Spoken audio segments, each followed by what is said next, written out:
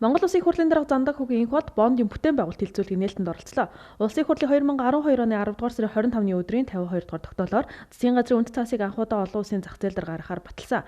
Нийтдээ 5 тэрбум ам долларын үнэт цаас гарах энэ хөтөлбөрийн хүрээнд эхний үе шат болгож 1.5 тэрбум ам долларын Чингис бондыг засгийн газар амжилттай арилж авсан. Өнгөрсөн хугацаанд бондын хөрөнгөөр олон төсөл хөтөлбөрүүдийг санхүүжүүлж улс орны хэмжээнд томоохон бүтээн байгуулалтын ажлуудыг өрнүүлсэн.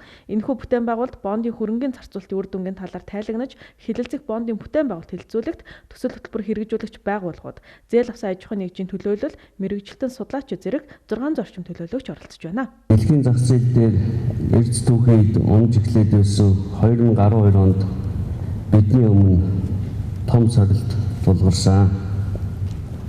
Тэр нь уул уурхайн бүтээгдэхүүний өмнө дахин өсгөхийг хүлээгээд зүгээр суугаад ах уу? Эсвэл хямралыг сурж бүтээн байгуулах замаар эдийн засгаа олон тулгууртай болгож ирээдүйн хөгжлийн суурийг тавих үедээ салаа замын бэлчигдээд бид ирж зогссон байсан.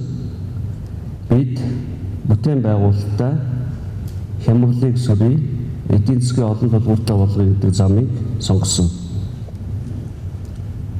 Бид бүтээн байгуулалтын гол тулгуур багныг засгийн газрын бондоор босгож, эрчим хүч, барилга, инженерийн дэдүүдэс авто замын хөрөнгө оруулалтаа хүчтэй дэлж чадсан. Бондын хөрөнгө оруулалтаар иргэдээ байртай, компаниудаа үйлдвэртэй, улсаа дэд үсттэй болгож, нийт эдийн засагтаа Монголдо үлдэх ирээдүйд ашиг үр өгөөж өгөх өмч хөрөнгө хоригдлол бий болголоо.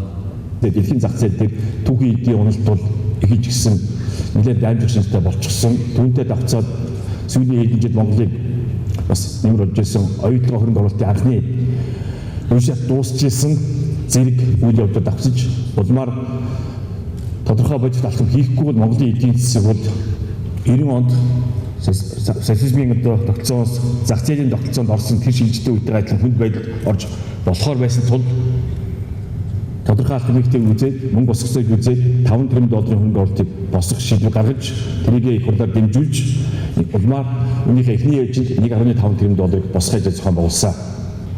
Эниймээ зарим улс хөгжиж байна. Монгол улсыг өрөнд оруулах гэж байгаа. Үгүй ээ. Энэ мөнгөөр эдийн засаг маань хэд уналтаас аврагдсан. Энэ мөнгөөр энэ бүтээн байгуулалт хийгдсэн. Энэ мөнгөөр хувийн хвшлийнхэн үйлдвэртэй болсон. Дэлхий Монгол руу анхаарал хандуулж байна гэсэн үг. Хизээ Монгол руу ингээд дэлхийд тэр чигээр ирж ирсэн. 20 гаруй улсуудын сангийн сайд дээр ирсэн байж. Ингээд дэлхийд хурамчулж байна. Өнгөрсөн лоод Америкийн төрийн нарийн бичгийн дарга Керри ирлээ. Монгол улсын их хурлын дарга Японд очиж хэлцээр хийж Японы тал Монгол улсыг дэмжгээ илэрхийлж Монгол залуучуудыг өндөр технологи зэмсэн үйлдвэрүүдэд ажиллах нэрийг хийлээ.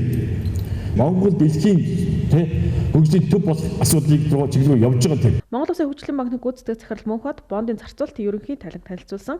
2013-аас 2015 онд бондын 4.9 их 80 төгрөгийг авто зам, томоохон төслүүд, хувийн хвшлийн үйлдвэрүүдэд гэсэн 3 чиглэлээр санхүүжилт хийжээ.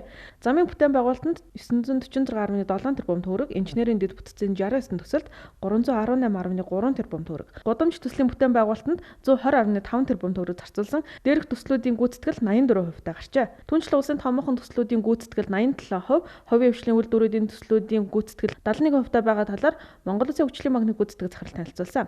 Бондын бүтээн байгуулалт хэлцүүлэх үеэр орон нутгийн авто зам, нийслэлийн авто зам, гудамж төсөл, 5 толгой гашуун сухад чиглэлийн авто зам, 5 толгой гашуун сухад чиглэлийн төмөр зам, буян тухай 1-2 төсөл, хөтлийн цементийн шохон үйлдвэрийн төсөл, барилгын материал үйлдвэрлэлүүдийн төслүүд, ноос ноолорон болон арьс ширэн бүтээгдэхүүний үйлдвэрлэлийн төслүүд, жижиг дунд үйлдвэрлэл зэрэг 30 орчим бэлтгэлийг холбогдох төрийн байгууллага төсөл хэрэгжүүлэгч нэгжүүдээс танилцуулан хэлцүүлэг өрнүүлнэ.